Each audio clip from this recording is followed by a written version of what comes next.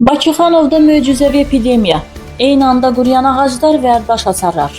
Yəqin ki, dünya botanika ilmi Sabunçu rayonunda baş verən növbəti təbiət möcüzəsindən hələ də xəbərsizdir. Adil Vəliyevin rəhbərlik etdiyi Sabunçu rayon Bakıxanov qəsəbəsi Yavər Əliyev küçəsindən redaksiyamıza daxil olan bu mənzərə rayon rəhbərliyinin yaşıllaşdırma siyasətinin növbəti şedevridir. Bəli, Yavər Əliyev küçəsində qəfildən, elə-belə, heç bir səbəb olmadan daş hasarının arxasında qalan onlarla şam ağacı eyni anda infarkt keçirib və quruyub. Təbiətin bu qəribə işinə baxın ki, hasarın xaricindəki ağaclar hələ birtəhər nəfəs alır.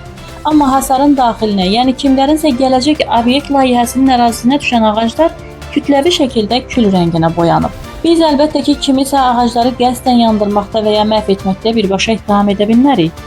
Amma Bakıdakı tikinti mafiyasının illərdir sınaqdan keçirdiyi və hamıya bəlli olan ənənəvi qurutma metodlarını ehtimal etmək redaksiyamızın və sakinlərin ən təbii haqqıdır.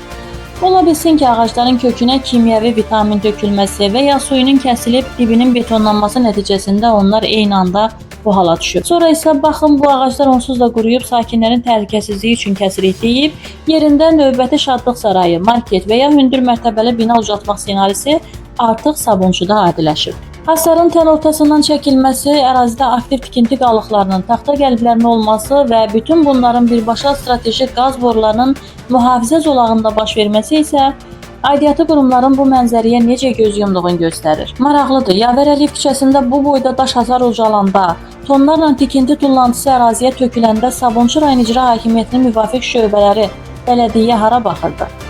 Yoxsa bu hasarlar gecə feyalarının sehirli çubuğu ilə bir saniyədə tikilib?